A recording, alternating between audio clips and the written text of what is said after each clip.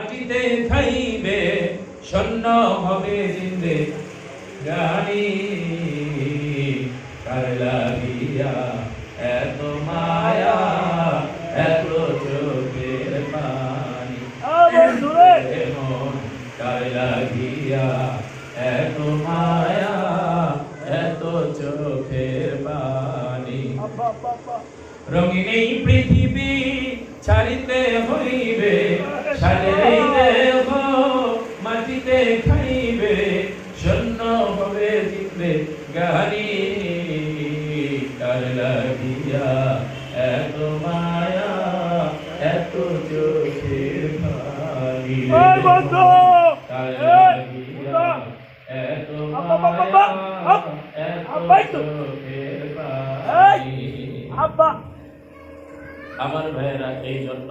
চুলো পাকিবে দন্ত করিবে যৌবনে লেগে যাবে ভাটি ধীরে ধীরে খুলিয়া পড়িবে তোমার এই না রঙিলা দালানের মাটি তাই তো আমার মুর্শিদ কিবলা বলেন সকাল সন্ধ্যায় একটু মরণের কথা স্মরণ করো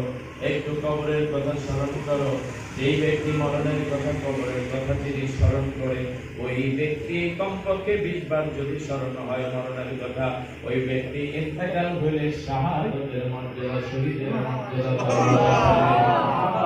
এই জন্য আমার ভাইয়েরা এগুলো তো একা একা হবে না মানুষ মানুষের কাছে না গেলে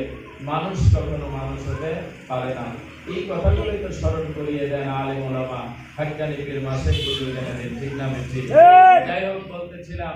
এই কথাগুলোই শুধু স্মরণ করায় দেন না আপনার মাতা কি আপনার পিতা কি কি বস্তু তারা কত মর্তবা মর্যাদা তাদের এই কথাগুলো তো কোরআন শরীফ হাদিস শরীফ থেকে নির্যাস বের করে হাক্কানি পীর মাসেক হুজুরগানে তিনি এই কথাগুলোই তো আমাদেরকে বোঝান ঠিক না ঠিক আলেম ওলামারা এই কথাটা বোঝান আমার ভাইয়ের আমার মুর্শিদ মানিকগঞ্জের আল্লাহর কুতুব বলেন আমার মুর্শিদ মানিকগঞ্জের আল্লাহর কুতুব ডক্টর মোহাম্মদ মঞ্জুর ইসলাম সিদ্দিকী দাওয়াত বাজল আমার শাইখ বলেন শুনেন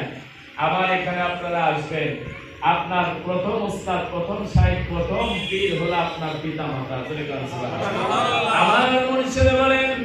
বেদনা ফল বাজারে দেখেছে